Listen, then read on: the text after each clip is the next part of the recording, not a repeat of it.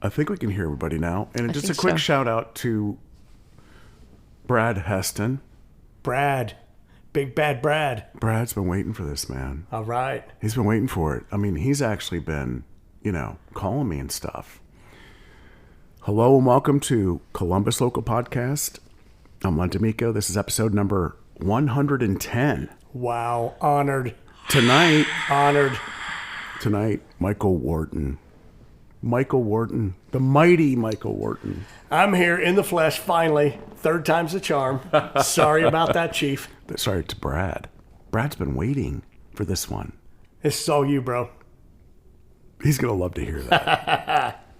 Michael Wharton is drummer currently with just the one band, right? The Lost Boys. Yes, sir. The Lost Boys of Brad Moore and Johnny V. And Scott Wood. And Scott Wood. Scotty P. Boom. The Lost Boys. Yep. Good stuff, man. And your drums are frequently photographed, and your music peppers the social medias, and the pictures are just filled with life. That's what we do, though. I love bringing out a different drum set to every show. Yeah. Because I can. Yeah. We like, doing the cold spark machines, bring some laser lights into the mix, just Brad's always got to put the swing up. No matter where we're at, we just played Leon's Garage. I think that was 40 or 41 feet in the air. He hung that swing for that show. Man. Amazing. It is amazing. And the show is amazing. Well, the thank you. show is off the hook. Thank you. Appreciate So I don't it. know if that was a goal, but, you go to a Lost Boys show. It's a show. Well, like we were talking before, over a couple drinks in the living room, Brad and I, this is our fourth band together, and we've always tried to put on a show. We've always wanted the entertainment factor to be there. We've always thought that you come to see a band, not just to hear a band. And that does make a difference. And when I go out to see bands, I like to see that. So I want that to convey to our live show. Yeah. Yeah, I think you guys are achieving that. It's pretty sweet. Yeah. It's a lot of fun. Yep. So we also have the Mrs. Laura. Hello. Hi, Laura. Hi. And we also have the other Mrs. What? The other non-Mrs. Non-Mrs. All three names. Whatever. Are you really offended by that? No. Oh, okay. I was just checking. No, I'm rarely offended by you. Rarely. Wow. Things change over time, man. They do. Now, who is I'm here? proof. What? It's MegaBeth. MegaBeth. That's It's right. Beth. Yeah. Or Elizabeth. Sometimes Or I'm Elizabeth. Elizabeth. Yeah. Oh, we talked about the three, yeah. He's the yeah. only one that calls me Elizabeth, though. So, Ever? pretty much. Wow. Yeah, pretty much. Not even during the Newsom, No. the camp, the No, campus? I was Beth Ann. Beth Ann. Yeah. Yeah. Well, there's four names. There's Oh, four. my gosh. Stand Sorry. corrected on the three. Beth Ann sold her first house when she was 3. Oh, my God. That's Wow. so And not true. She banked all the dough, and it was in treasury bills, and I mean, things have gone well for her, man. Wow. It's I am amazing. impressed. I wish that were true. You're it's all good, man. Let's talk about Michael Wharton. I know. See what happens? The women, they kind of. I don't mind. Look, I'm always in the show. I don't mind sharing the show. You drive the show, man. I try my best, sir. You're drumming for you.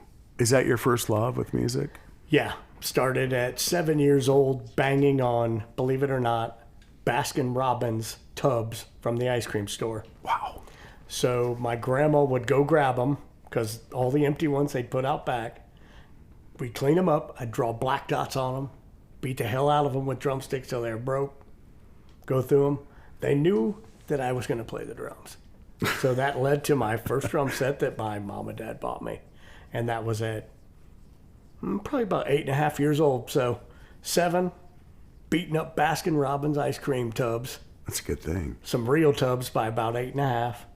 Played my first show at 12 years old No way. with my band, The Ville, Wow. basement of a church.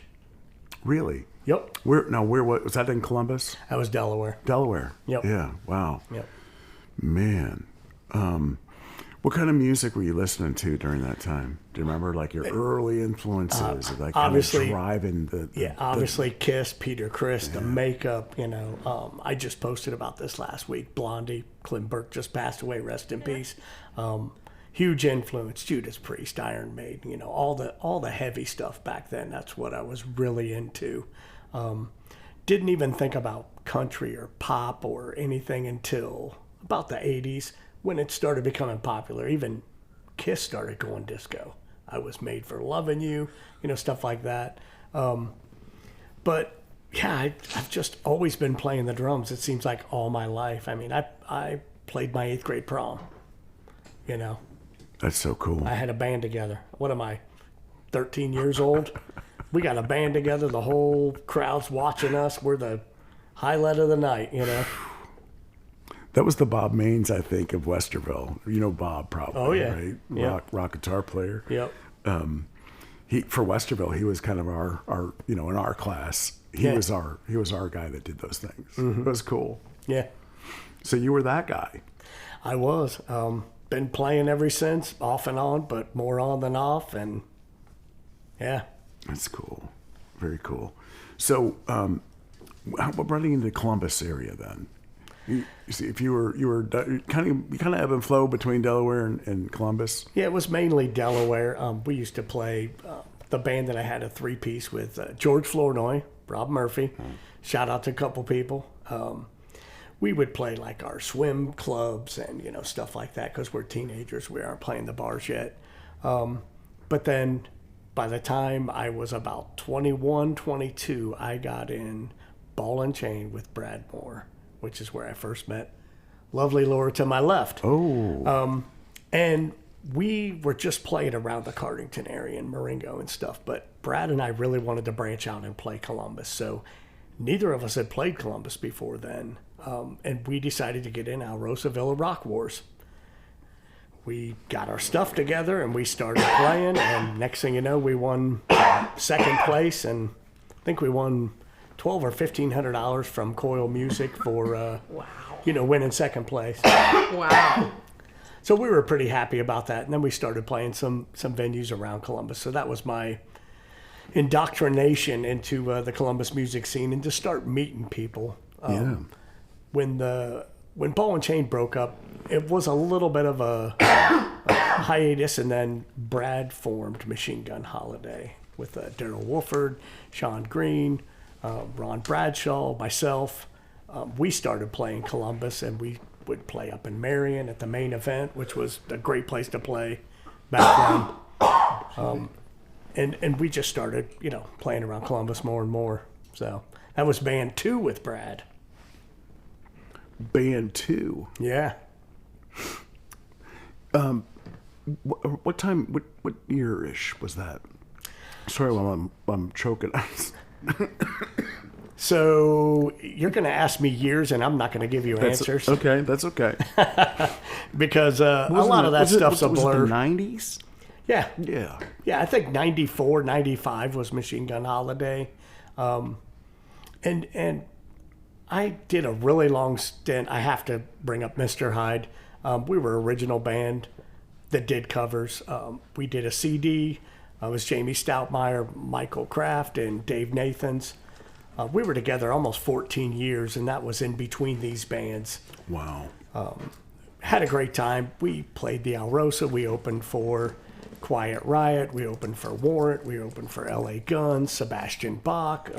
You know, all these great bands. But that's where I met so many people in the Columbus music scene when we were playing Alrosa. That's when I first met Rob Johnson and John Holman from Clubber Lang. They were in Saddleback Shark together. That's when I first met Rob Heston. That's when I first met Jason. Like, that was a place to go. That was a place to be every weekend. If you were playing there, great. If not, you were going to see your friends' bands, and, you know, it was a social scene.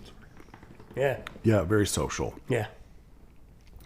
Some of that spirit, I think, is kind of getting resurged, you know? Oh, big time. I think COVID's made it even Yeah. as bad as it was for the music scene. I think it's brought everybody together even more, honestly. Yeah, post-COVID definitely has become a lot more social. Yeah.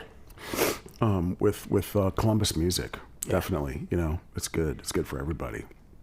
I think that the thing about the Columbus music scene, though, that is great is back in the 80s and 90s when we were all going down Rosa, of course, we had a couple people in the back that would stand there with their arms crossed, like, okay, my band's better than your band. But that wasn't all of us.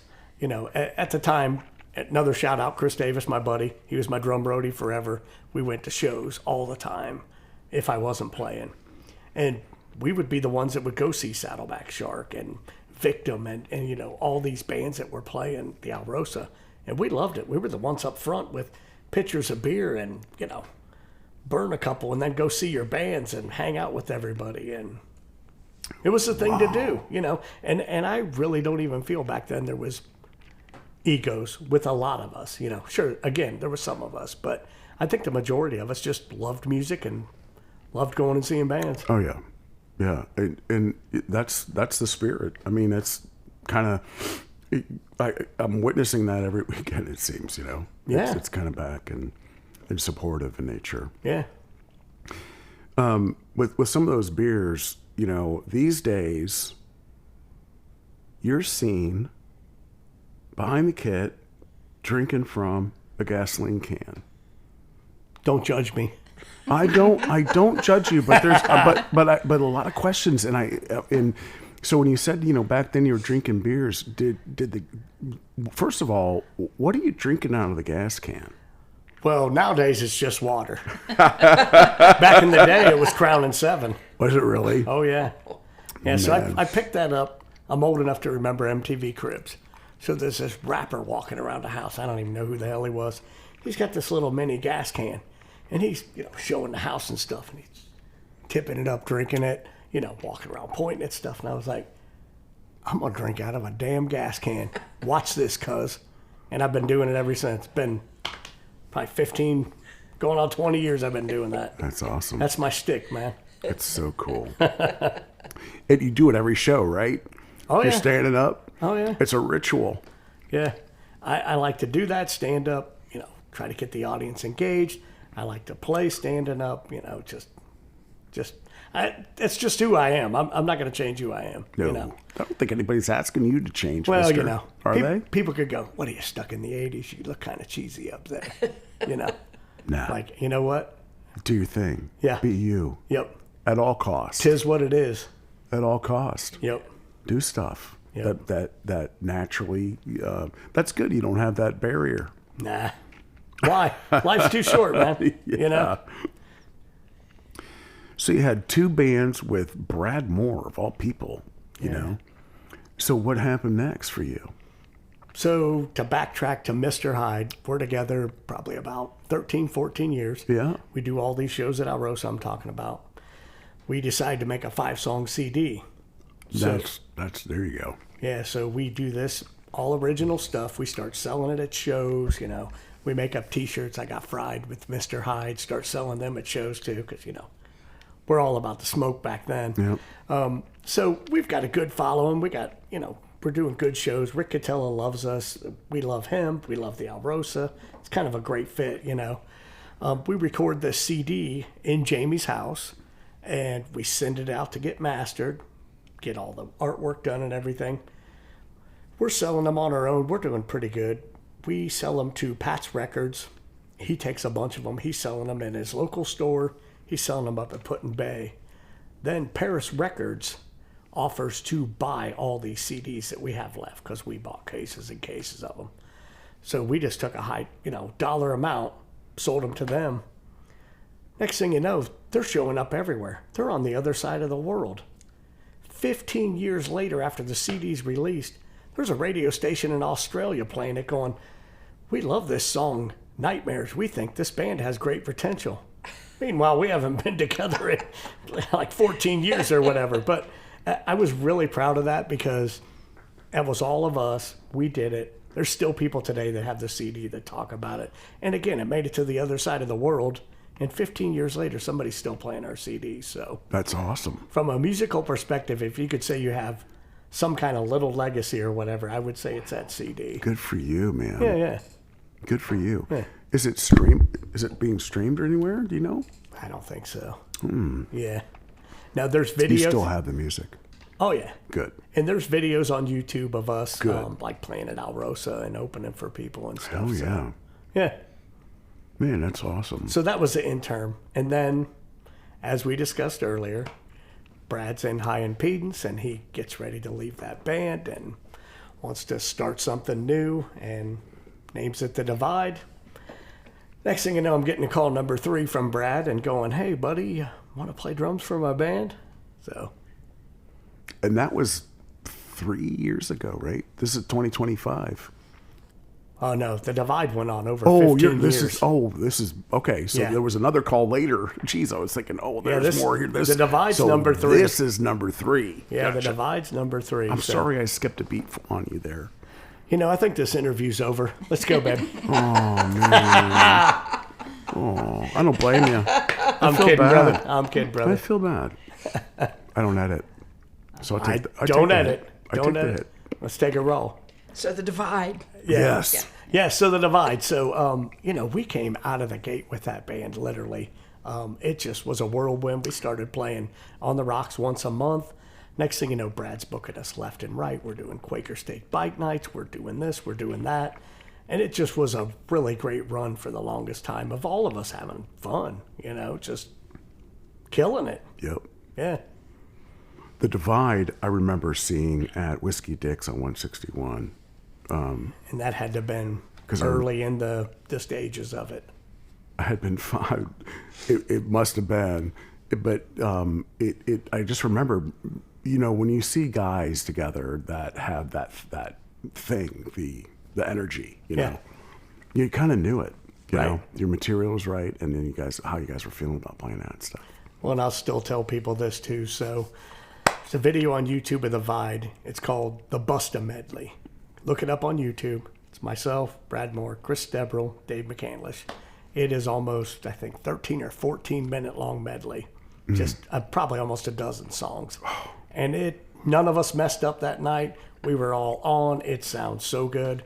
Again, another really proud moment that was captured. That's so cool. I'm trying to remember who the video company was that did that, but they did multiple camera angles. They took the sound off the board, so it's pretty good little piece of history. Oh my God, yeah. Yeah. That's cool. Yeah. Well, you can help me find a link to that. We can put it in your episode description. We'll link right to the videos. Yeah, it's definitely on there. That's cool. Yeah. So how far did The Divide go? Because that was a pretty damn popular band, man. I remember that early experience, but I also remember reading and seeing a bunch of other big shows, man. Right. So we were going full bore, doing really good. Brad was really overwhelmed with how much he had booked us, which Brad's the nicest guy in the world. He will never tell you no. And he can listen to this and laugh because he will not tell any bar owner no too. Back then, he was just like, everybody wanted us to play. And he said yes to everybody. So next thing you know, we are booked every weekend. And he's trying to run his own business on top of it. He's got a wife. He's got a life. And I think it just came to a head for him. And he just was ready to give it up, And I'm pretty sure he took a little bit of a hiatus doing that. He did not do any music for a while before he gravitated towards doing acoustic. But at that point, then we got Kyle Rayburn in to sing for us. And about that same time, too, I picked us up a sponsor with 3 Olives Vodka. And we started playing all the country clubs around town. We started playing Hollywood Casino in Columbus and Dayton. We started playing Scioto Downs. We did Safari, headlined Red, White, and Boom for 9 years. I mean, we just really were going at a breakneck pace, and it was great. And I think we all were really enjoying it. Again, I felt like I had something to prove when Brad left, being the person that took over the name and the booking of it. And I wanted us to be successful. I wanted you to play out every weekend if you wanted to. So it was a great run, and we had a blast doing it. I think we all got to the point towards the end before Kyle wanted to step away to make his first movie that we felt like we were running the gamut, and we were almost oversaturating ourselves. If you can come see a band every weekend, you're not going to go see them every weekend. It's just kind of is what it is. Unless you have a great wife that comes out every weekend to still see you no matter what. Why wouldn't she, though? Right. Yeah. Why wouldn't she? Yeah. Well, and music obviously brought us together decades ago, and it brought us back together years ago with this band. And it's been great ever since. She's been a huge supporter of me, my music, my terrible addiction to buying too many drum sets, and setting them up in the living room all the time and recovering them and doing this and doing that. And just, She digs it, though. I do. I've always been, unfortunately, like I said before, I love music. And I have no abilities in singing or playing an instrument. So I just get to tag along. And just watching him do what he loves has been so much fun over the years. We've done a lot. But as you know, somebody who supports you, your partner, like she comes to every show. She's always taking pictures. She's always bringing her friends to shows. She's, my biggest cheerleader. I mean, that makes all the world of difference. I mean, if she was home every weekend that I was playing, I would miss her. And I would wonder why she didn't come out to my shows, So, definitely a good thing.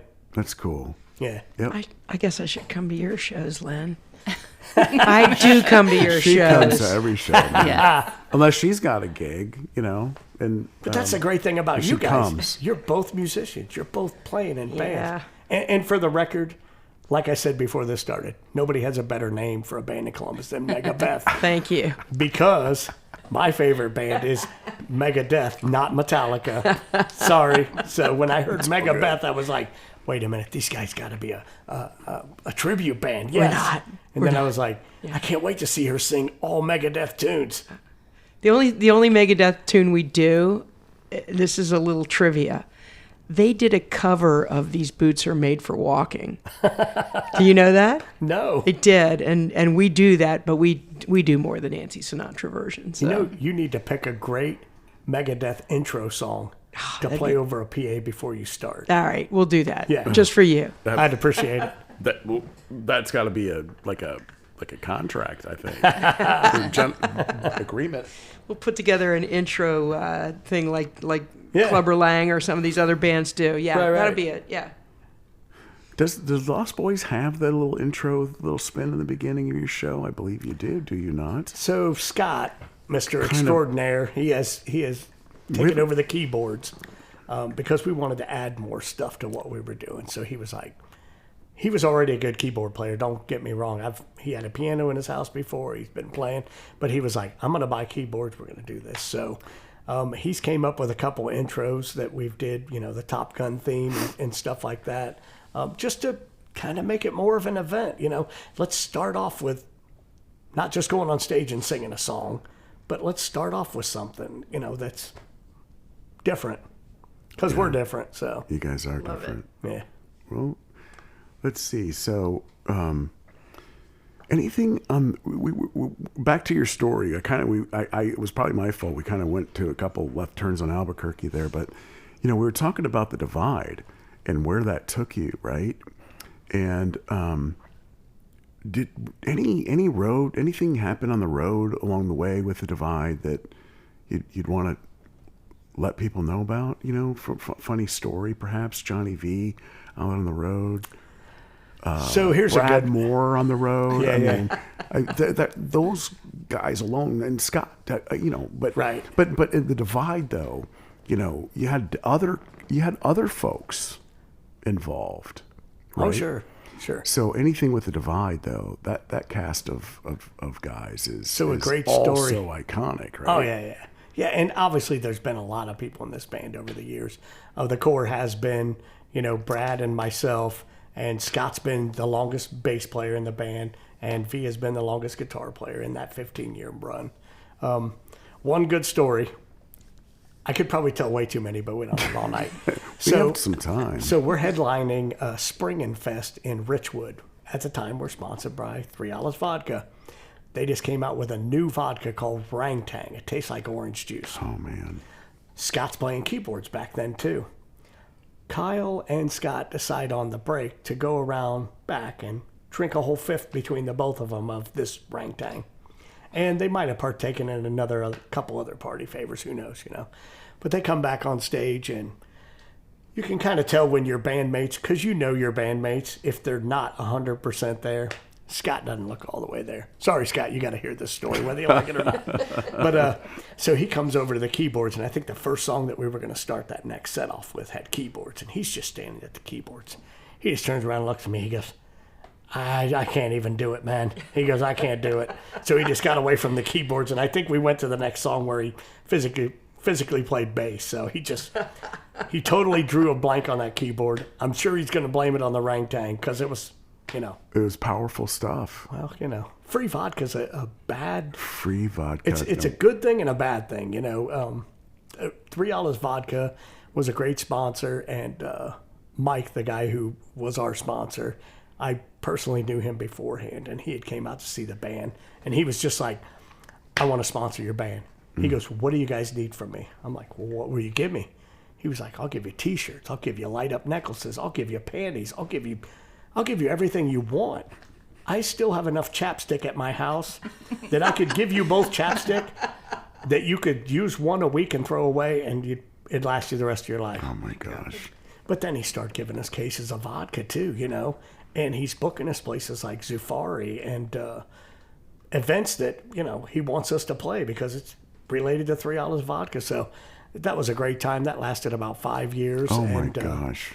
They had T-shirts made up for us, banners made up for it. Just, they were doing everything for us. And again, like I told you earlier, we would give the bars free vodka and say, give it out to everybody in dollar shots for the night or whatever. And we would do giveaways. Everybody stay till midnight. You have a ticket. We'll call out a number those at midnight. venues had to love to you. Well, yeah. Yeah. Hey, that's what it's about, I mean, think about it. We're all in this for the same reason. It's a community. We that want to play includes- music. We want yeah. to entertain people. But the venues that you play, you want to ring the cash register. Yep. Otherwise, why are you there? And why Right. would they have you back? So, Right. Totally. You totally get it. Yeah. Yep. That's so, and it's a holistic perspective, right? Yeah. Well, and I think a lot of these bands that are playing around now, again, I think the Columbus music community is probably one of the best around. I'm on group chats of drum groups from all over the world. When I talk about our music scene, they're just like, they're blown away. Great example. Hitless just played, Biggie and Jeff and everybody at Turtle Creek. At one point, we had 18 drummers there. Yeah. From all playing in bands. Yeah. We all were out to support them for their gig. And we got a great picture on stage of like 15 of us. Yep. Yeah, I remember that night. Yeah. Yeah. Freaking awesome. Yeah, the whole music community showed up to support somebody for their debut of their band, which in the 80s, I don't think that would have happened a lot. Like, you would have had the people come down to see you that liked your band, but people wouldn't go out and support like they do now. So, Yeah. And we have great venues, too, that support local music. definitely. Great venues. Definitely. So many. Yeah. So the Divide ran. Any more road stories about the Divide? You want to throw any more of these fabulous pillars of Columbus He's under the holding back. bus? I don't want to get anybody in trouble. Well, and, it's not the intention. It's just Yeah. people don't realize that music is an adventure, but it's also an adventure with friendship and camaraderie and Sure. shenanigans. So we had a show once. Promoter or the bar owner, I don't know which, got a hold of us down in Cincinnati. He said, we got this venue. He said, we really want to play. You guys to play there. We've heard your name. We will get you hotel rooms. We'll pay you X amount of dollars. We'll do radio advertising. We'll do this. We'll do that. Like, great. Well, we'll do it. We get all the way down there. We played for the bar staff and the sound guy. Literally, that was it. Those are tough gigs. I still gave it 100%. Did you drink from the fountain of the gasoline can? Oh, yeah. You still did that? Oh, yeah. Yeah. Maybe I impressed one person behind the bar. Who the hell knows? But probably a couple of years later, that bar was featured on Bar Rescue, if you've ever I seen know that the show. one. It was Win Placer Show, was it? The guy that played there in the band, he had a band called Cincinnati Sinners, and he was a co-owner of the bar, and he was one that was, according to that John episode. Taffer, driving the bar into the ground with his heavy metal band or whatever. I saw that episode, and I think I live not far from that bar. Yeah, it was kind of up on a hill off a main road. Yeah. And the guy who owned it, God love him, he was a vet, nice guy. He knew nothing about the bar business and obviously why it sank, and it was on bar rescue. But yeah, we drove all the way down there thinking, it's going to be a great gig. And, every musician deals with those. We've did those before, playing in Springfield or over in Dayton where, a new club owner. all the way over there. Yeah, and a new club owner would get a hold of you and be like, we really want to have you guys here. But, we wouldn't know anything about the bar. We're just going off of what we get paid and what they say and show up and play for 15 people, Yep. Hey, could you cut your set early? Nobody's here. Can you take half the pay? Oh, man. Yeah, so those were few and far between, luckily, but yeah. Oh, yeah. So, the Divide then. Any more shenanigans from those guys? It was really just so full of good times. I mean, and again, just playing Hard to everywhere and thanks to like Rich and Terry at Quaker Steak, we would do the bike night giveaways and play out on the flatbed for, a couple thousand people and give away a Harley. And club owners that have stood behind us forever, like Phil at Turtle Creek from day one. And even newer clubs, soon as Greg opened the Dirty Oar out at Buckeye Lake, he was like, I want you guys here. Because we had been playing at the Ugly Mug forever. Yeah. And it's been a whirlwind, but it's been like totally amazing. I wouldn't change a day of it for anything, man. Not at all. Especially all the people I've met, Talking about Brad, giving him a shout out from Alrosa days. People like him and Jason that I met back in the 80s and Rob Johnson and Holman and everybody. I remember John Holman giving me a cassette tape. We didn't know each other that well, but I would always go out and see Saddleback Shark. And before their CD came out that had Machine Gun Rain Dance on it and stuff, he was like, hey, here's our demo CD. We're getting ready to go into the studio and record it. Check it out, man. I just thought that was cool that, I got something before it came out. I was like, yeah. You're on the inside. Yeah. And you're still on the inside, man. That's good. It's where you got to be. Yeah. My only wish is I would get out more and see bands on our weekends off. But, we're busy with our lives too. And a lot of times I just want to stay home on the weekend and work on my drums. There you go. Yeah, like I said, I'm redoing a kit right now. I would hope to debut it for Pirate Fest when we play Papa Booze next month.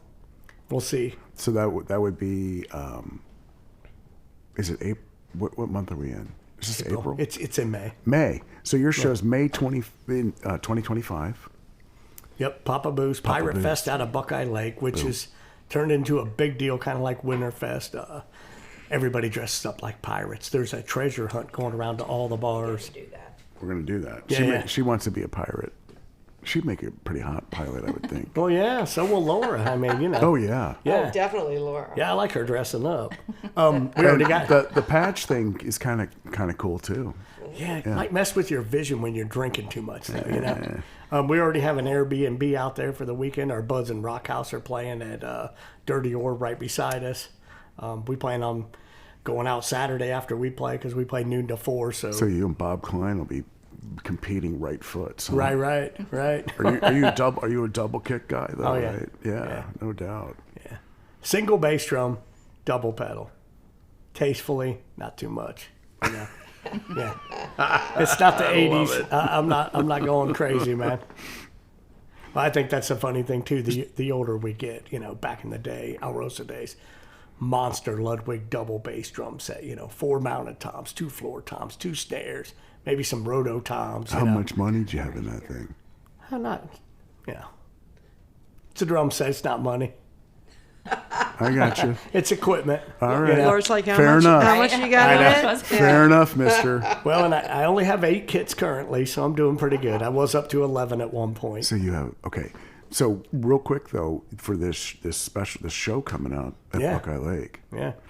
Are you going to give us, or have you already posted a picture of it? This kit that you're building? No, I have not posted a picture. Okay. No pictures. Are you going to give us a clue? Sure. On at least the theme or the color or the magic. I already put out a picture of the color. Oh, you did? Yeah, it's a holographic blue sparkle. Some bling. think I'm all I about saw the it. bling, man. Yeah, I think I saw it. Yeah. Oh, okay. If anyone goes to Michael Wharton's Facebook page, at a minimum, you'll scroll through and you'll see the most gorgeous collection of drum kits that you could ever imagine. And you build these.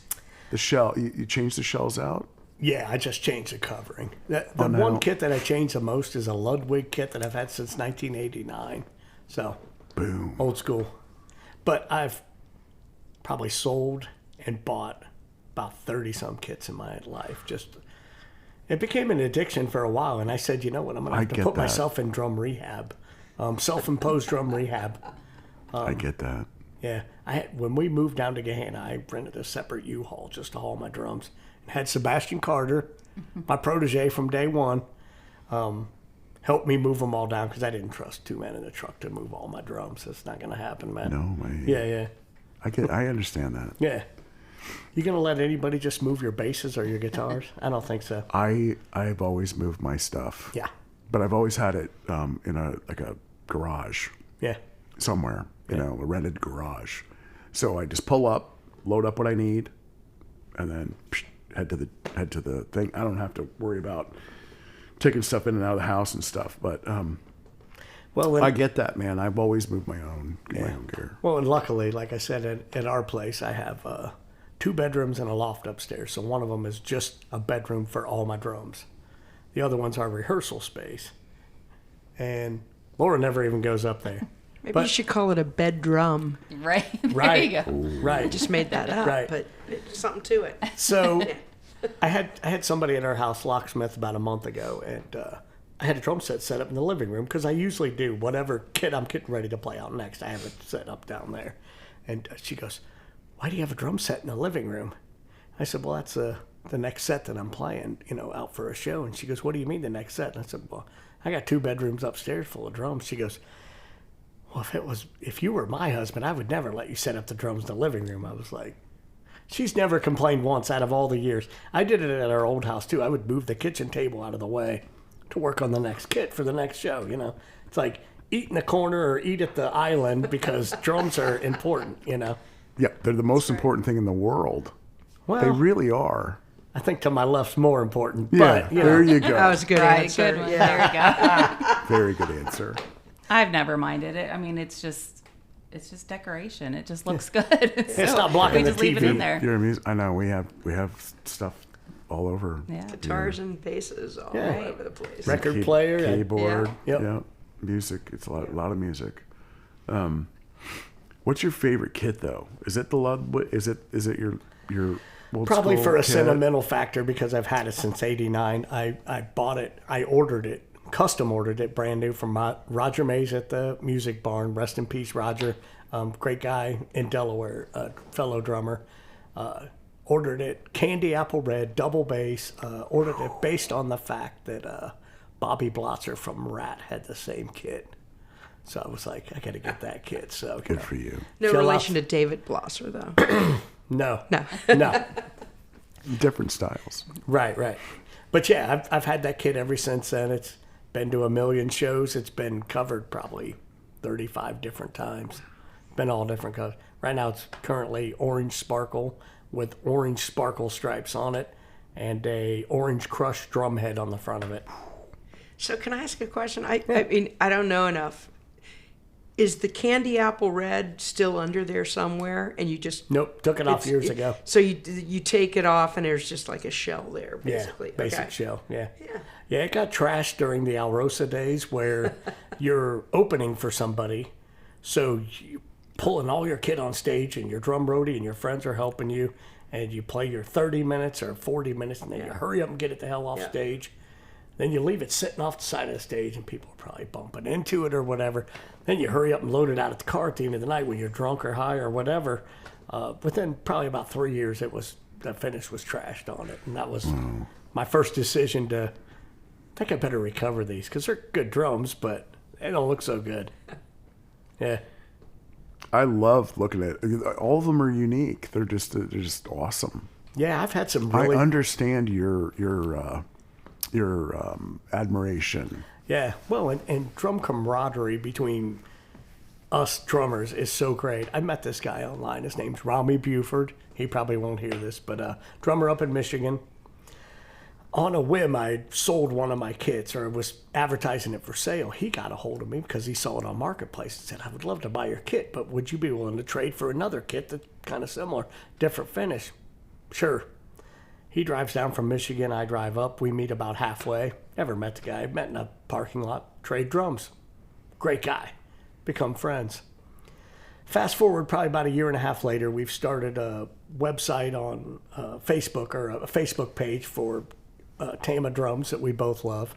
And I see a drum set up in Michigan that's one of 30 in the world. Super rare. Like, I got to have that kit. I call immediately to the store. Here's my credit card number. Boom. Then I'm thinking, man, I got to drive all the way up there. Yeah. Maybe I don't. I call my buddy Rami. I'm like, hey, would you be willing to go over and pick that up and like drive back down into Ohio and meet me? He was like, sure, bud. So I totally trusted this guy to go pick up that drum set and take it back to his house. He could have ghosted me. Well, sure. And how in the hell am I going to find him? He doesn't have his address on Facebook. We're just friends. He gets a hold of me later that day, sends me pictures from his living room, and he's like, hey, I got them all set up for you. He said, let me know when you want to meet, and we've been friends ever since. Still message and talk to each other every once in a while. That's an awesome foundation. Yeah, and again, we're both admins for a Tama page that he started, and I think we got, 4,000 or 5,000 people on that page that, we moderate, and Tama people from all over the world, that love those drums. Wow. Yeah. That's so cool. Mm-hmm. Music. The mucus that bonds us. Well, it is, but it's cool to find good people though, like that gentleman. Yeah. Oh, straight and there's up a guy. lot of straight up, Yep. cool folks. Yep. Good people support good people. Yeah. Music is like a bonding thing. We were talking earlier about some college music friends of mine that were texting me tonight about a memory from, however many years ago. Is there something about music that just pulls people together? I thought you just graduated college last year. I did. Beth. It was like, What the hell? years ago. It was like 3 What the years hell? ago. Okay, Yeah. there you go. 3 years ago, yeah. Long time. Long time. Yeah. Love you even more now, you guys. No, it really is. I mean, friendships for decades. Again, Brad, singer from The Divide. Our kids grew up together. They're in their mid-30s now. We've been in 4 bands together. We've did so many things, overnights, stayed at hotels, stayed in cabins, played gigantic stages, played for nobody, just got way too drunk, played totally sober because we had to, like at Hollywood Casino. They would ID you. You weren't allowed to drink. They would check backstage in your refrigerator, make sure you weren't drinking. You're a paid Hollywood employee for the night. Right. So you have to adhere to the rules of being a musician. Although it's one of the greatest jobs in the world, because you get paid to drink on the job. I mean, come on. Where else can you do that? Out of a gasoline can. I know, right? Boom, touche. Touche. Which is very, very rock. Well, something different. Who do you go out to see in Columbus when you have the opportunity? Who are you out there seeing? I see you out all the time, man. You say you don't go out, but I've seen you. Yeah, I try. I mean, I love so many local bands. I know, man. And again, the talent out there is crazy, man. Just to watch a band like Clubber Lang that'll do weird stuff, Elton John, and just, stuff that other bands Make it don't their do. own. Yeah. Just creative juice. Boom. Love Distorted Silence. Those guys are all yeah. really good dudes. I Yes. mean, Toast, great band. I mean, just Hot Lucy, Dirty Red Sunshine, like all these bands around Columbus that just are killing it. There's a lot. Yeah. There's a lot out there. And it's not all rock. There's a lot of other genres that are really, very popular and very, very much out as a part of the music going on in Columbus area. It's crazy. Sure. Lately, we've had, we try to plan our evening, and we've had trouble narrowing it down to like 3 bands to see in one night, because there's so many, like you said, so many good bands out there that we'll start someplace and then go to 2 other places, and they were like, but we're missing such and such, and it's just, you can't get to all of them because there's so many good ones. Well, and I got to bring this up too, and it's not because I'm sitting in the same room with you, Beth. Go on. No, honestly, that I have never seen within the last probably 5 years more bands fronted by females. Yeah. I mean, it's insane, but it's obviously it's a great thing. You guys did this whole women in rock thing, last year, and the amount of bands playing around Columbus that have female lead awesome. singers is insane. That never happened in the 80s at Alrosa. Well, and to your point, we're also supportive of each other. Like we started this Facebook group, right? Central Ohio Women Who Rock, and I'm on that page. You're on the Friends of Central. Yeah. And I'm not a woman. Well, whatever.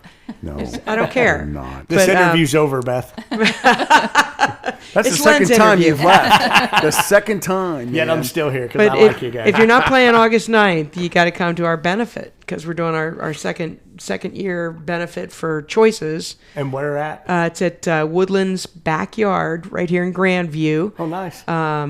Went to a bigger venue this year, and we're going to have an all-female band and raise money for domestic violence survivors. Which you did last year. Which we did last year. We killed it. Yeah. And we've upped the ante this year, and we're having a great time planning it. Well, and like the pictures that you posted of all the bands, like the Lost Boys, Right. that contributed to your cause, Right. for that poster was amazing. And we're doing it again. We just the support we get from the Columbus music community. You've been talking about it all night, and I don't mean to No, you're right. talk, but this is such a fantastic community. It's just it's amazing how everybody supports each other, and once, like you guys, you and Brad do the Gary Sinise Foundation, Which is what I was going to bring up next. Yeah. which I don't mean to steal your thunder. No, you're but, fine. But it's like we're not just out there playing music, which we love and we do it anyway, but then you find something to do it for that means Right. something to other people. Right. It's yeah. So Yeah, and obviously Brad, our singer for Lost Boys, being a veteran, he wanted to do this the first year we were together. He said, I'm thinking about doing something for 4th of July. Let's get some acoustic act. Let's do an all-day thing. Let's do, try to do some giveaway or gift baskets or raffle tickets or, like, I don't think he knew what direction he wanted to do, but all of a sudden he put it together and it blew up. He came up with the idea of bands or businesses donating to get your name on a banner. Yep. And the banner that we put up, even the first year that we did it at Port Smokehouse, was, I think, over 20 feet long. And it was because that many people from local bands or just fans of local music or businesses contributed to that. And it was amazing, And I think we raised almost $10,000 that first year that we did it. So we've did it for the last 3 years at the Port Smokehouse. This year we're doing it July 4th at the Dirty Ore. It already is seeming to be bigger than ever. We have more people, local bands that have already signed up and contributed money, local businesses. We have, I think, the same 3 or 4 acoustic acts that have donated their time for free every year, which is amazing. And then all the people that show up to bid on items and just throw money in a bucket for no reason. I mean, we collected hundreds of dollars just by putting a bucket up front of the stage saying it's all going to Gary Sinise. So I think so far, Brad would have to quote me, I think we're over $32,000 or $33,000 for the last 3 years. It's amazing. Directly, 100% going to Gary Sinise Foundation. So it's amazing. yeah. Yep. Fantastic. Bravo. Well, when Brad just posted about this not too long ago, there was a vet that a house was just actually built not too far from Buckeye Lake for a wounded veteran through Gary Sinise Foundation, 100% paid for. Nice. And of course, it accommodates his needs. I think he's missing at least one leg or something like that. So, that charity is a great one. It goes above and beyond. So, when you can take something you love, like music, yeah, that we're all passionate about, right? And it just, I'm sure, like me, it just fills us with joy when we can perform, right? Yeah, and just turn it into something that can help other people too. Yeah. Not, I mean, for no other reason than it's just the right thing to do, Yeah, and to give back to the community, whether it's our local community or any community, the money that you're given for your events, it's not all going directly local, but it's helping everybody, right. and that's the important thing, right. Right. Yeah. Absolutely. Yeah, and it's beautiful. Yep. Yeah. And it's so awesome the involvement you guys do engage in to do such great work for others. Yeah. You know, it's a part of the DNA of the band of your current band that you're in. Yeah, for You sure. know, and with that event. Yeah. The one thing we didn't talk about was so we were at the Divide with your story. A couple 17 left turns at Albuquerque later. Your perspective, man, or did we talk about it? We didn't talk about it. We didn't talk about what happened so how did the Divide just kind of run its course? But, what happened there with your journey? Yeah, Kyle did great for the band. We were bigger than ever. Again, we had a sponsorship. We were playing country clubs, casinos, everything. And Kyle's passion is music, obviously, but also he has been writing for a movie for years. And he just came to us one day and was kind of like, guys, I love that we're doing this and I love what we're doing, but it's a lot. I've got a job. And what I really want to do is make a movie. And we said, you know what? You have to pursue your dreams, just like we do with music. If that's what you want to do, then so be it. So we took a hiatus of a year, and he worked hard on this movie. Actually, Scott, our bass player, is a prominent role in the first movie. In the second movie, he's just the devil. So He just plays himself. yeah, he just there you go, Laura. Perfect. Sorry, Scott. Zing. She loves Scott. Wow. But do you, though? I do. Okay. So that was an endearing little It was. sarcastic. And he'll know that. Okay. Yeah. That's cool. But so we took a year hiatus. You guys are so serious sometimes. I mean, you've already left twice. I just needed to check. I'm sorry. Well, my glass is a little empty. It's about time to go, right, man? No, I'm just kidding.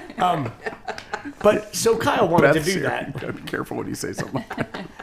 So Kyle wanted to leave, and we did take a hiatus of a year off. We ended up playing for St. Mary's Fest, headlining that for our first time back in a year, which was great. We had all been away from it. It was a great rest after 15 years. Her and I actually got to spend some time together because from day one, when we got together, I was playing out every weekend. And God love her, she's there every weekend to support. But, how many date nights do we get when Outside of a gig. your brand new husband works Monday through Friday, and then you play out Friday and Saturday, and Sunday he's like, you know what? Asleep. Well, I gotta bring my drums inside. I know. And then I gotta sit in my chair for at least a couple hours. Okay, is it time for bed? Let's start the week over. So, we went years of doing that. So it was really great to take that break. Everything happens for a reason, and Kyle wanting to do that really put it into perspective of, I've been playing music all my life. I can not play out every weekend. Everything's going to be fine, because like a lot of musicians that I played with, I've never did this to pay a utility or pay the rent. It's all been to buy more drums, to have fun, to do it for doing it, So we did a year and did that gig. I think we went another year and did it again. That weekend we played like Roop's and we played St. Mary's Fest again. So we kind of did a twofer because Roop's Bar, Josh and Fawn, who own that in Delaware, great bar, great music, great supporters of music. Really small hometown dive bar, but just Love it. Yeah. yes, really cool bar. I mean, just the best bar in Delaware. Oh, God, yeah. Yeah, and we had been playing there since Al Roop owned it, so definitely near and dear to our heart. But I love that place. Yeah. I like the vibe in there. oh yeah, it's just In the patio even. It's like, yeah, it's an average patio, but the music, Yeah. the music scene at that place is incredible. oh yeah. And you were part of help building it. Well, we actually talked to Al Roop. We were almost talking about buying the bar at one point. The two of you? Yeah. Well, and another couple. And with another couple, my singer from Mr. Hyde, Michael Kraft, and his wife, John. We were talking about us four buying. Probably would have been a disaster. We would have drank all our profits, been closed in Then like you would have 90 had John days. Taffer come in. Exactly, Yeah, exactly. yeah, I get it. Great circle back, Beth. Yeah. But the Three Olives deal, It sounded like you guys had like all kind of like, you know, perks with some of the sponsorships, but Well, and it I wouldn't have think been too bad. Well, I think it would have been great running a bar. Obviously, Yeah. I have a bar at our house. You know, that's been a passion of mine since my 20s. I built it, and I've always had a bar at my house. It's always been party central. People come over. I think we're up to 140 bottles in our bar now. Yeah, I know. What is the Right? So you guys coming over next weekend, Yeah, right? yeah. Yeah. I mean, I have free time. But She has free time too. yeah, I so will, 21 I will days. soon. But what's the 121 days. tradition? What kind of is there a call ahead to see what's missing and then that's what's brought, or what's your favorite? what do you mean in my bar? When like if someone comes over to hang, what are they bringing you? I don't want them to bring anything because you Excuse me. have all that going on. Yes, what I want you to do is come over and try something that maybe you have never tried Never before, tried before. because maybe I haven't. You know, so yeah, Cool. It's all segregated: rums, tequilas. Good news is we're very open to that. Yes. Well, and friends are too. And I think they're shy. I think they're shy at first, and they're like, just give me some of that low dollar stuff. I'm like, no, I didn't buy any of this to just sit there. I bought it so whoever wants to enjoy it can enjoy it. That's, you know, that's For sure. more giving back to the community. Love it. See, Via alcohol, you are a giver. right? I am. He's the friendly bartender, if Yeah. you've ever seen that on his Facebook, Yeah, too. I've made, over the years, I've made up dozens of different drinks, and I will put on my page what I've made, and I'll always say it's from your friendly bartender. It's trying to help somebody out, different cocktail. That's what's going on there. Yeah, so, That's cool to know that about you, man. yeah, It is. yeah. I won't believe it till I see it, though. Well, see, she's We're going to get some dates together. All We'll get right. this set up. But back to music, it's been a great ride. After that couple of years of the Divide being on hiatus, I really wasn't looking for anything else to do. I'm always satisfied going upstairs and popping on headphones and playing all my favorite stuff that I've been playing two to decades, years. or trying new stuff. I have an electronic kit that has, I don't know, probably 150, 160 different samples on it, creating different kits of just far out stuff and just going off on that, you know. do you Like use she's at work. Spotify or something to No. have where are you? How are you getting your music to play to? Radio or? That's on my brain for my electronic kit, or all my music's on my iTunes on my phone Okay, for there you stuff go. to play along Yeah, to. Yeah. yeah. So, but you know, a couple of years of not doing anything, I really wasn't bored. And again, we had the time together to do what we wanted to do. But then Brad called for number 4, and he had started this group up. And What? Brad Moore and the Royal Forest. And he was Let's all, talk about the Royal Forest for a minute. well, you know, I don't know how much I can talk about him because I don't even know him other than Brad. I know the players that he had lined up are definitely good musicians. And he had a plan in place. Brad always does. Sure. And I'm sure it would have been successful. Brad is a great solo artist. Brad has a great following. Brad's one of the nicest guys you'll ever meet. He's one of the few people I've seen at his age. He can sing 3 nights in a row and still sound good at the end of night 3. I mean, he just has that voice, that stamina, you know. So I'm sure the Royal Forest would have did good, but you know, circumstances changed, and he just got a hold of me. He said, "Hey, buddy, I don't know if you're not doing anything or if you are, but would you like to do something? I don't have anybody else. Would you be willing to call Johnny V and call Scott and see what they're doing?" I took a quick series of texts before I texted him back and said, "We're all in. What do you want to do?" But how was it? Was everyone on board with the name of the band of the Royal Forest? No. Why, it's not that. Well, I mean, I was just checking. I don't even need to say anything else other than no. I was just checking. Because so he had to come up with something. Well, because Who came up with it? at first we were like, what is that? Like, why did It's you come? Brad, dude. That's Brad. Brad is such a creative guy, man. He is. He's a sweetheart. So- You guys are all sweethearts. Yeah, so I think they just had some concept in their mind. But so us 4 got together to brainstorm, and we were the Divide Boys. So it was kind of a natural transition to go to the Lost Boys because we were together, then we were lost because we weren't together. Right. Now we found each other. We're not going to call ourselves the Found Boys. That sounds fucking ridiculous. But also it's a tie into obviously the 80s movie that we all grew up with, which is why we have the big vampire lips. And I gotta tell you, I was going a totally different way. I view Brad as kind of Peter Pan, like he's never going to grow up, and his gang is the Forest. Lost Boys. Yeah. It's the Royal Forest thing. so The whole show. You bring that up, Beth, and Yeah. it's funny that you bring it up because we were making the video montage that we were going to do for Leon's Garage because, you know, they have the big projector screen.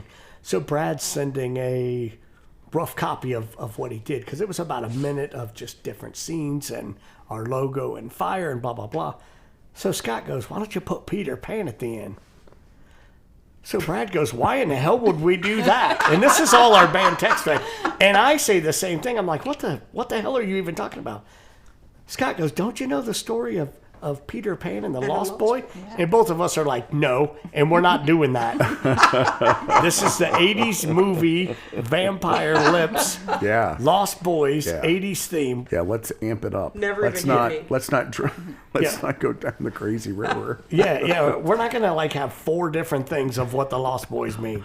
Yeah, so I had never heard that until Scott brought that up. I had no idea Peter Pan. And I've seen the movie The Lost Boys, but I never put it to your band. I always just thought the Peter Pan thing. Well, that's with the big vampire lips, and we actually used the original movie get it poster now, from it, yeah. and yeah, all my bass drum heads have the vampire the lip. vampire, of course Yeah, they so. do. Yeah, all right.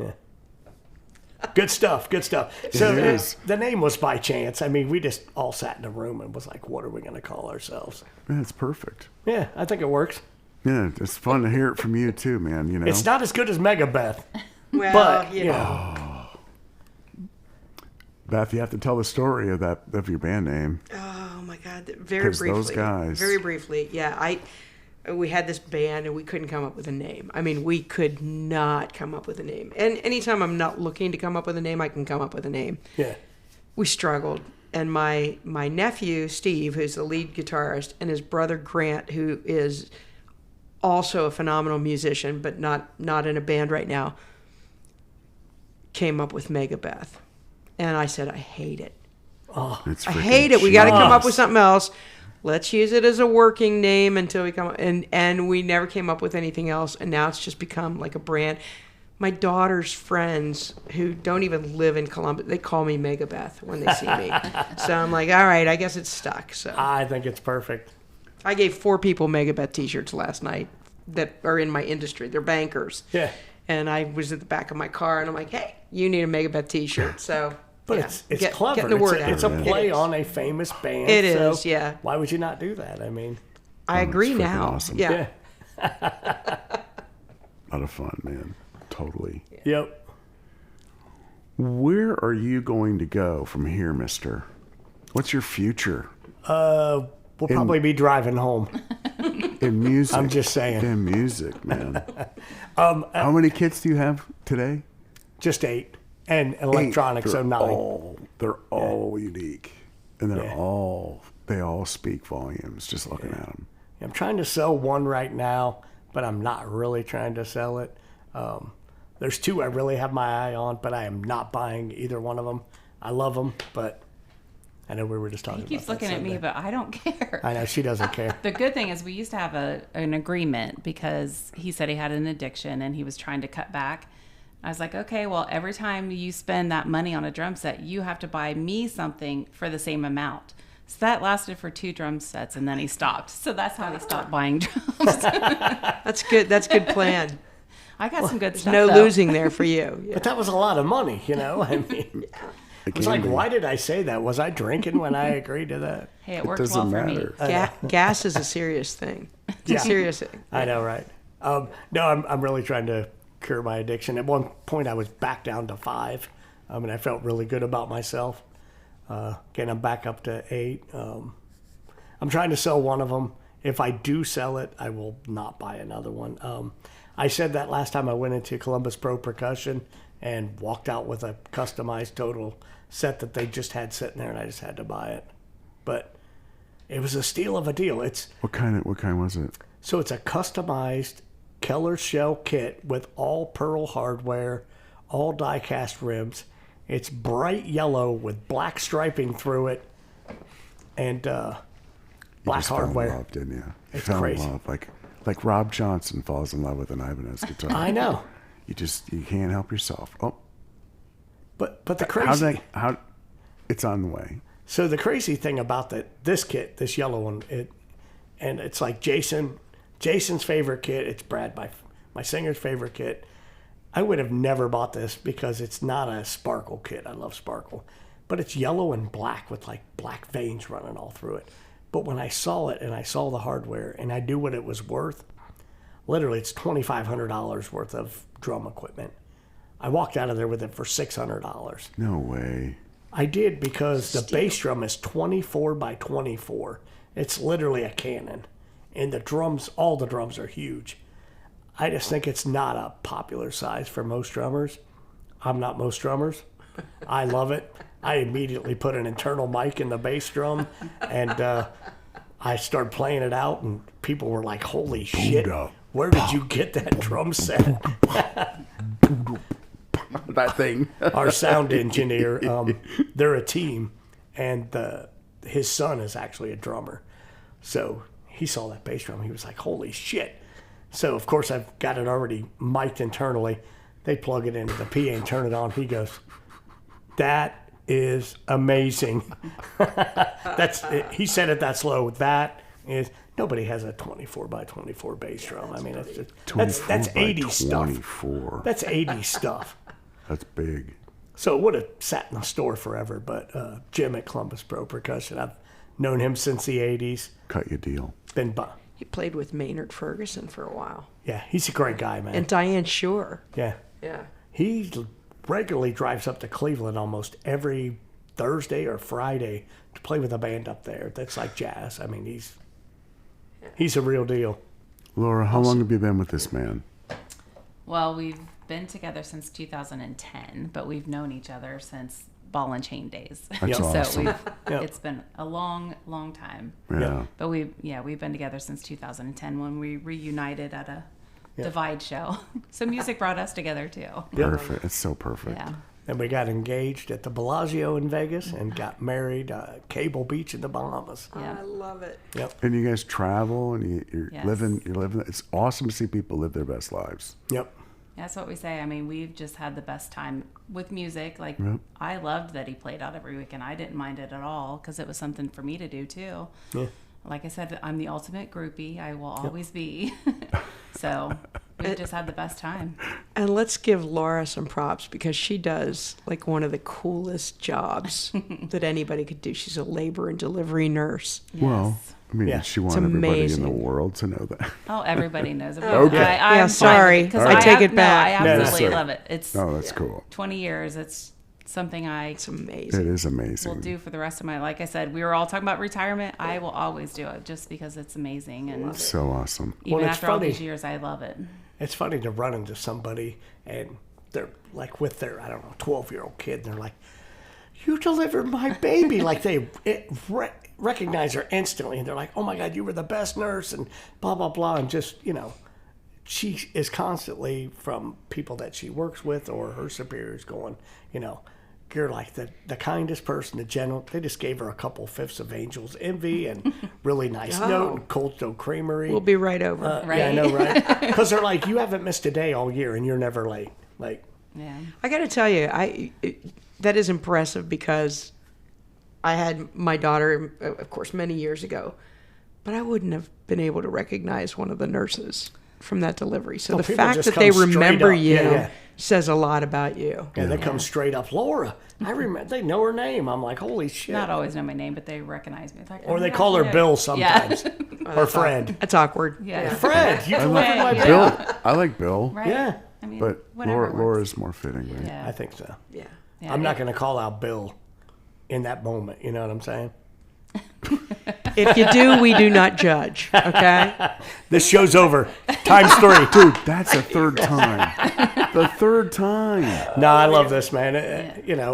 Like I said, I've did this in the past and talked, and it's great to share music stories with people because music really does bring so many people together that would never have met in the past. I mean, when I think of, excuse me, all the people that I met from the 80s on, like at Rosa and just at shows and random people at our shows, and it's been amazing. It's been tens of thousands of people, literally.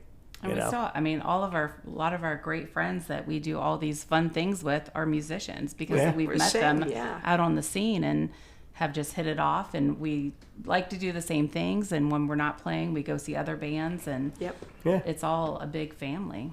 Yep. Even for New Year's Eve, the whole band wasn't playing, so we went on a cruise together. Oh, we watched that on amazing. Facebook. That had to be fun. Yeah.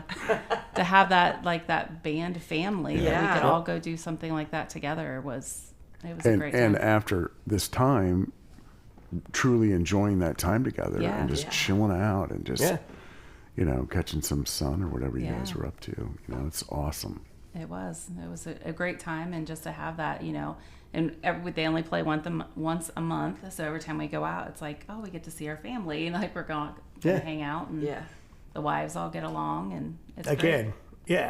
It's been the perfect mix. I don't think I would go back to playing out every weekend again. I mean, it's just, as much as I love it, I love the variable of playing out, going to see other bands, or honest to God, there's been weekends. I love where we live. I have came home at Friday at like 2 p.m. I have not left the house till Monday morning. I'm totally fine with that. I mean, it's just sometimes peace and quiet and just sitting in my nice recliner and watching some TV or working on my drums or, just whatever. It's, Because I'm usually at work, so I leave him home by himself. Yeah. Delivering babies. That's right. That's how he gets the peace and quiet, because I'm not there. Yeah, but I would have never did that in my 20s and 30s. I mean, I got to go out every weekend, dude. Yeah, you got the energy. Yeah, you have it. You're a drummer. I still have the energy. You're a drummer. Yeah. You always have it. I think so. So at the end of the day, do you crash hard or do you take a long time to wind down? I really feel fortunate for my age. I'm going to be 58 this year. I've been doing this forever, beating the hell out of stuff all my life. Again, like I said before we started this whole podcast, I have a ritual I do before, starting the night before. Don't party, don't go out, get a good night's sleep, get up, have breakfast, my banana, take my vitamins, tons of water, another banana about a couple hours before a show, taking a leave before a show. I still feel like at my age I can give 110%. I can walk off stage and still feel good and not feel like, wow, I'm just drained from that. The only time is really hot gigs outside. That's starting to get to me getting older. Dude, like 4th of July, I get that. We did one, I think it was 91 degrees at Port Smokehouse. We did that. And a fan blowing on you is only blowing hot air. I bet you I drank at least a gallon and a half of water. And that's still good. felt That's good though. Gas can and a half. I would say 2 gas cans. Right. But I still felt dehydrated, but I made it through the show and was able to play. So I feel very fortunate. I know a lot of people my age just either have to hang up their hat or they've got to get some kind of surgery, and it's painful for them to play. So I feel fortunate that I'm not at that point yet. So hopefully I don't get there. Yeah. And if I do, I'm just going to play in that jazz band, just barely hitting stuff, With your brushes. Yep. I'll never forget. Obviously, I said one of my first influences was Peter Criss and Kiss at, 7 years old. I was blown away when I saw the Kiss Alive album cover. And Peter Criss, along with other drummers, huge influence. It's my second album. Right? Kiss Alive. I loved it. Yeah. Still do. Yeah, me too. But I got a chance to go see Kiss, original 4 members, for their first reunion back in '96. Me and my buddy Chris Davis, Tank, front row. I watched Peter Criss play the drums, and I was really disappointed.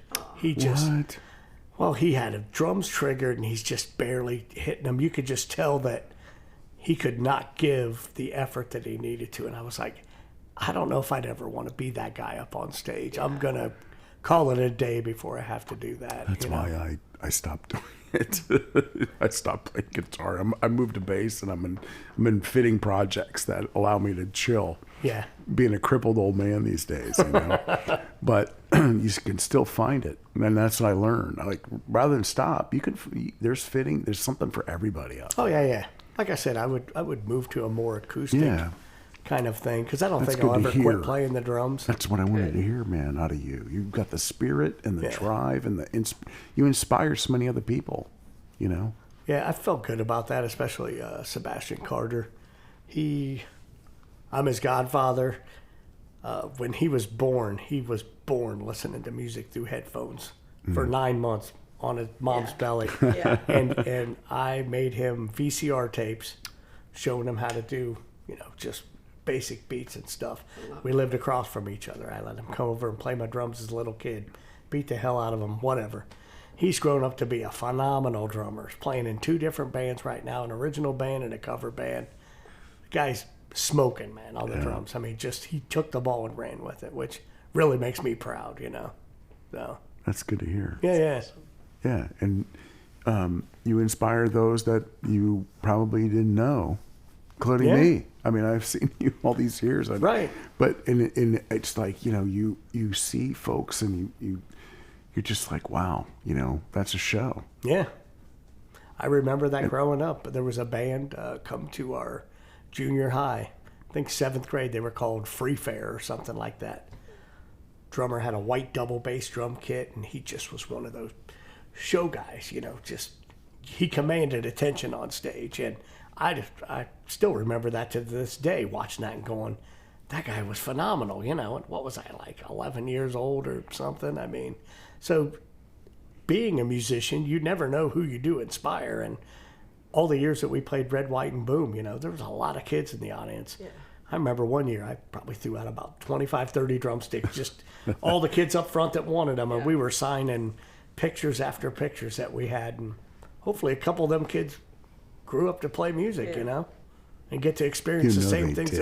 But if they got to experience half of what we've experienced, then totally worth it.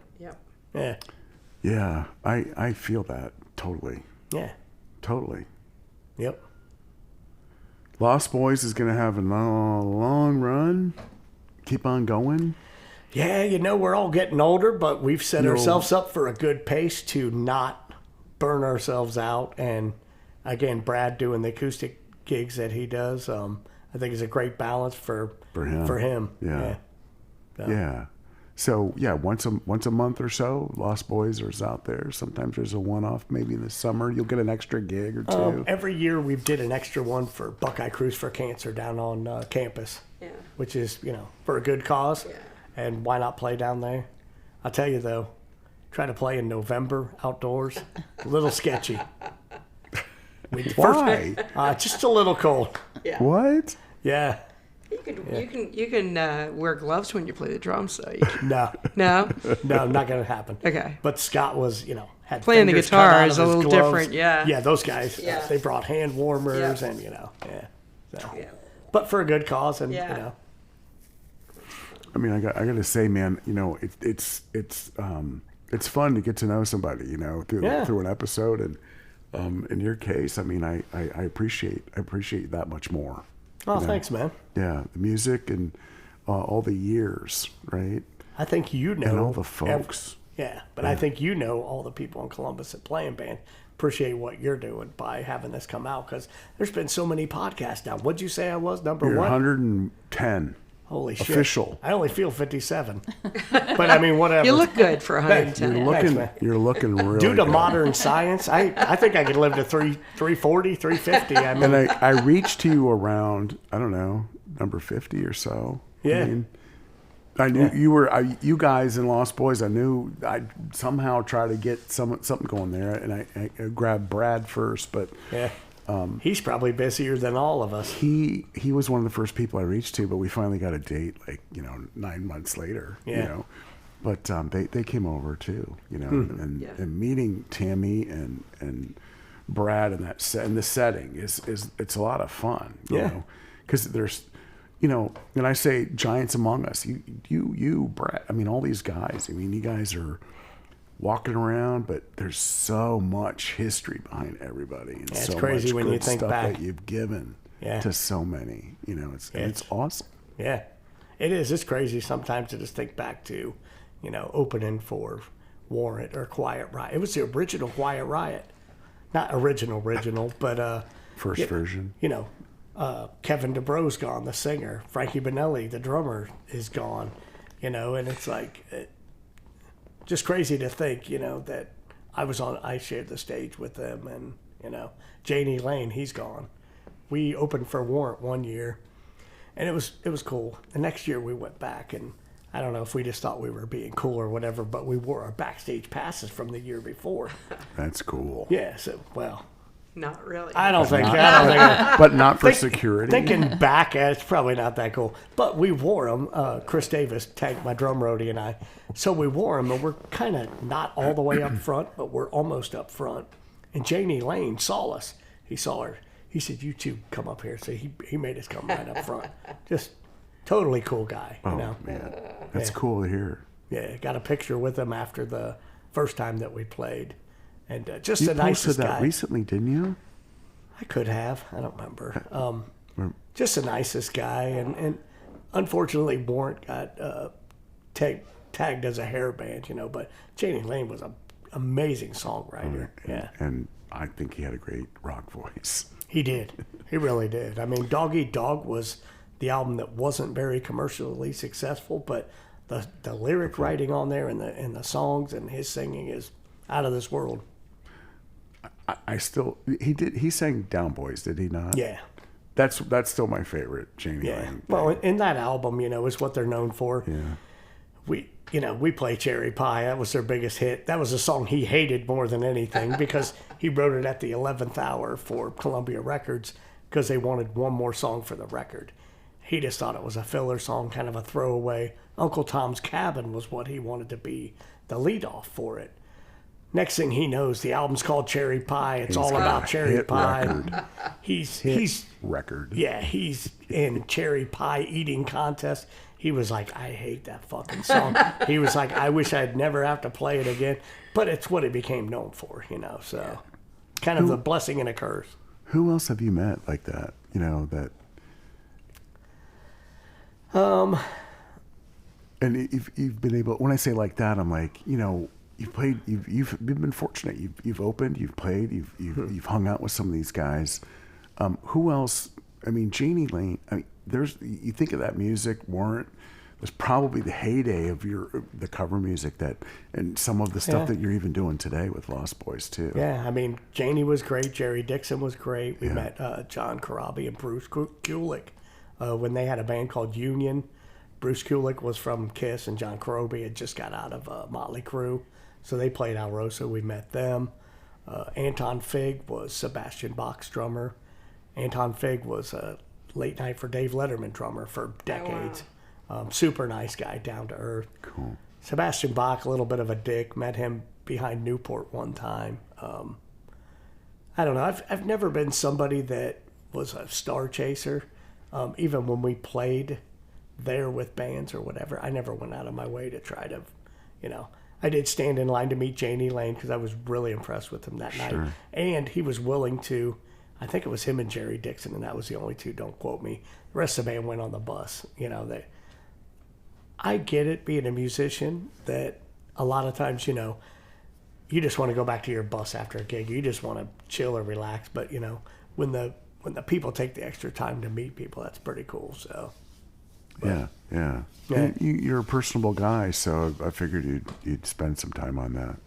Yeah, I don't really. Again, I never went out of my. I think every musician is the same as you and I. You know, if somebody wanted to meet me, obviously I'm going to give them my time and, you know, be courteous and talk to them. But I never went up to a musician and thought, you know, God, I got to meet this guy. Like I'm just, I don't know, not starstruck. You know what I mean? Yeah. It's all good. Yeah. Meeting you's like meeting a rock star, though. Come on now. Come on now. It's all good. Interview can go on. Yeah. Nice. He'll stay. Yeah, is that all you're going to say about that, Len? I'm just Still early. I'm kidding.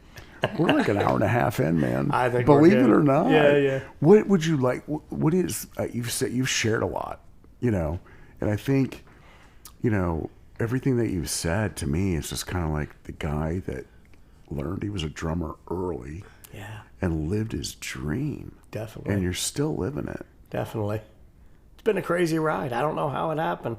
I've really got lucky playing with musicians that are just, They're all pillars, dude. yeah. Steve and everybody that you've given a shout out to. Well, and even my through the very first years. band, the Ville, I'm like 12 years old. Steve Baker, still friends with him, graduated with him. He doesn't play music. John Norville, I don't think he does. He moved to Connecticut.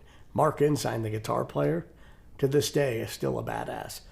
Great guitar collection. Now, he's kind of a introvert. He hasn't played in a band in forever, but the guy is still a great guitar player. Always posting he's buying new guitars. He's just still passionate about it 110%. I just think he's somebody that doesn't want to be on stage or be in the limelight, but still loves the music, because there's all kinds of us, Everybody doesn't have to get on stage, to love music. And Right. yeah, her and I just go camping for our anniversary down in Hocking Hills, and we get us a cabin, and it's nice out in the country, peace and quiet. So she puts her music on her phone, and these random songs are coming on. I don't know any of them. She knows all of them. I'm like, what the hell music have you been listening to? I'm like, this is kind of impressive. Is it Taylor Swift? No. I'm not a Swiftie. It's not a slam on anyway. No, I'm not a Swiftie. No, but just, obviously it showed through her love of music that she's playing. And she's like, I could just sit out here all day and Listen do to nothing this. and listen to music. Yeah. Well, he's been woodshedding the bass for this Tim Farrell thing he's doing starting this Yeah. week, and I'm like, oh my God, you're playing the songs I grew up with. These are my. There's all kinds of music out there, and it touches everybody in different ways. So it's cool. Well, and I think growing up as a teenager, again, I was into Maiden and Priest and Kick Axe, like all kinds of, all heavy bands. Yeah, I didn't want to hear any country or pop or anything. The older I got, the more I really respected like all different kinds of music. I love In the Divide all the years that we played, and now in the Lost Boys that we cover country, rock, pop, old, new. It's It's variety. a cool set list. It's a great show, and it's a visual show. Yeah. That's what my friends say when they come out. They love to watch him because they said that he is just animation. having the best time, and you can see it in everything that he does, and his facial expressions, and like all the little things that he does. And like when my friends come out, he always tries to like nod at them, and make sure that they're included, and they just love it. That's why they keep coming back. So something I started doing years ago too is I would be playing and I'd flip people off while I was playing, So this one guy, Mark Muirhead, comes out to see us with some of his friends. He doesn't really know me, but I know him because I know he's friends with my singer and my bass player. So he's looking at me playing, and I'm like this. And I'm smiling while I'm doing it. It's obviously... It helps you keep time, right? Doesn't it help? No, but so for the radio, I'm flipping the guy off with my right stick while I'm playing. But he looks at me and he gets this scowl on his face like, you mother. And we get on break and he comes over, he goes, I got to ask, why were you flipping me off, man? I go, it's just a joke. I know you're friends with Scott and Brad and everything. He goes, oh, for a minute there, I didn't know what I did wrong. He said, I'm kind of hurt, and then I was kind of mad. So... Oh my God. We ended up becoming really good friends over the years, and when we would play out at Indian Lake, we would stay at his place there. And Nice. he was the guy who actually gave me back one of my drum sets for free. Yeah, great story. I had my penny kit, my pearl one with the penny on the bass drum. I had a lot of kits at the time. His son wanted to play the drums and was becoming an aspiring drummer. And Mark gets a hold of me, and he's like, so I really want to buy a drum set for him for Christmas. He goes, would you sell me one of your kits? At the time, I have like 10 kits or whatever. I was like, yeah, I'll sell you my penny kit. So I put together a whole package for him, the seat, the cymbals, and everything, give him a great deal on it. almost instantly regretted. I'm like, God, I love that kit. Why the hell did I sell that? Dude, Like, it's cool as hell. but I was like, whatever. You know, I sold it to a Yeah. good friend for his son who is blind, who loves playing the jeez. drums. Oh, Okay. man. I actually let him get up when we were playing over at Cranberries or whatever bar it was in Indian Lake. Let him get up and play a song with the divide. Like he felt they walked him up with So a cane and cool. he sit behind Yeah. my drum. Yeah, and he did a great job and everybody went nuts, you know. So it felt good to sell him that kit. Although, again, I regretted selling it. I missed it. I don't know, fast forward almost like 2 years later, Mark gets a hold of me and he's like, hey, man, I just wanted to let you know, I can't even remember his son's name either. He said he moved out of state. He doesn't even play the drums anymore. They're just sitting down my basement. Do you want them back? This is when I'm in my self-imposed drum rehab, and I'm like, look, I'm really trying to cut down on how many kits I have. I said, I'm trying not to buy any more kits right now. He goes, I don't want you to buy it. He goes, I want to give it back to you. He goes, you're a good friend. I know you did me a solid selling me that. Yeah. He goes, come out to my house. He goes, just pick them up. I go, I got to give you some kind of money for it. I said, there's no way I'm just going to walk out of there. He goes, no, you're not going to give me a fucking penny. He goes, you're going to come get penny. And I'm like, all right. So I drove all the way out to his house, picked it back up. I'm expecting the worst because no offense to the kid, but he's blind. Did he like mark it up? Like, is there chips on it? Yeah. All it was dusty. There wasn't a damn thing wrong with it. So that one like came around full circle, and I'm like, you know what? I don't think I can ever sell that kit now because I truly do love it. I just played it out at Ugly Mug the other night. Wow. But yeah, I probably never get rid of that one. No, that's not- like my Ludwig one. That's sort of your trademark now, right? So many people have said that, you know, and I don't know why I found that kit online. It was brand new. That finish had just came out, and I was like, I gotta have that kit. So I ordered it off eBay, get it delivered, and for some reason it just was like an epiphany. I was like, that needs a penny head on it with my birth year. So I got a hold of my manufacturer that makes custom heads for me, because I make some of my own, but some of them I have farmed out. But I had that made and put it on there, and it's kind of stuck ever since. Damn. People's like, penny's my favorite kit. Oh yeah. Yeah. It's just a unique. Well, when they quit making that finish, Creative it's a thing. rare kit. They said they'd never make that finish again. If you go online to try to find one, it's almost impossible. Well, there you go. Yeah, That much more unique. yeah. And Yep. you owned it. And there are some great drummers in Columbus, Ohio. Oh, it's And only 18 of them were on that stage for Hit List in January of 2025. it's ridiculous how much talent we have But in you Columbus. guys are just a great community within the community, man. Yeah. You know, pillars of strength. Yeah. Well, that goes for all the musicians too. Yeah. Though. I mean, there's so many great guitar players, bass players, singers. I mean, groups, like people that have been around for a long time and they're still kicking it like us. I mean, Yeah, and hopefully they're going to do it a long time. Like you. yeah, you On know, your the- jazz kit. right. I'll make it happen, Captain. Well, if you need a bass player, I'll give me your set list. All right. I'd love to bring it into that, man. Well, Elizabeth, what do you Leonard? got? MegaBeth, Laura, Laura. what do you got? Oh, good. Yeah. You guys are a beautiful couple. Thank you. Yes, Thank they you. are. So are all y'all. Well, thank you. Yeah, I mean, like everybody else, we're individual works in progress, and we're a couple work in progress, but we really love each other. We care for each other. Yep. You know, It's true. Same here. and that's the foundation that.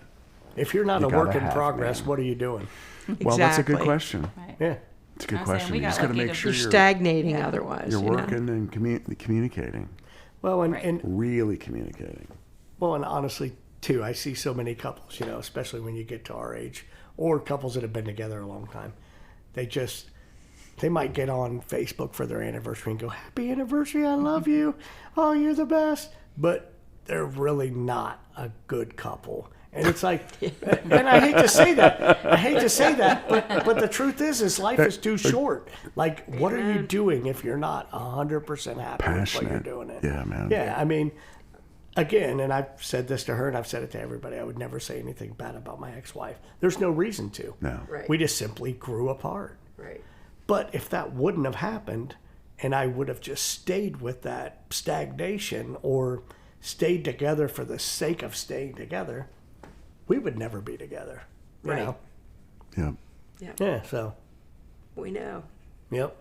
Oh, my story's I don't know, maybe a little controversial to some, but Beth doesn't care. Yeah. No. Yeah. I am who I am today. I've always been the same person, I guess. Right. That's why I said we had to go But you through keep all the growing. stuff that we did. Yep. Because, like you said, we knew each other back in the ball and chain days, both with other people. Yeah. We're able to come back together after all these years and have just had the best life so far. I mean, it's just, I can't even imagine like not having this life now. Right. It is funny when you say back in the ball and chain days, though. Yeah. You know that, right? I know, right? Yeah. Yeah. 'Cause Well, yes. you're referencing a band name. Yeah. Yes. But the Not average the actual listener, ball Back in the ball I'm and not- chain days. Yeah. I'm not calling anybody When a ball I and chain, but when he had me in the kitchen, exactly. my leg on the counter. Wow. Yeah. Yes. Yes. Back in the band ball and chain. Right. Yes. Right on, Yep. Good stuff, man. Stuff, Man. man. Mister. I'm glad third time was a charm. Glad we Me were able to too. make this happen. Yeah. Oh yeah, Sometimes, absolutely. you know, stuff gets in the way. life, work, everything. It's not a big deal. I'm glad that we were able to do it, man. I'm Because glad Laura and I got to be on microphone, too. I know. This was fun. I know. there you have it. Yeah. Yeah, and it's great to meet you guys, and more. You know, Yeah. not when you have Clubber Lang in the background or Hit List in the And background you have to or scream and 100 yell to try to decibels. have one Or, you know, Right. Not conversation. even 90. distorted Yeah. silence in the background. Yeah. Look and at you're you just circling getting back hammered. around again. Circler. Did you hear? Said not even 90 decibels. Back from local That's roots. right. Bring it back. That's Bring right. it back. Bring it back. Yep. Yeah. But thanks, man. Appreciate it. No, thank, Thank you. you. Yeah. Episode number. Honored to be a part of it. And the Columbus music scene and everybody that's involved. It's, again, truly amazing. I don't think anybody has something like this. I think you're Yeah. right. It's a good question. But, you know, like anything else, it's what you make it, right? Right. What you want it to be. Yep. Awesome. And episode number 110. Michael, thank you so much. Thank you. Appreciate it. And MegaBeth and Laura, thank you. Yes. Yes. Thanks for having me. Thank you. Pleasure. Night. Thanks for listening. Bye-bye.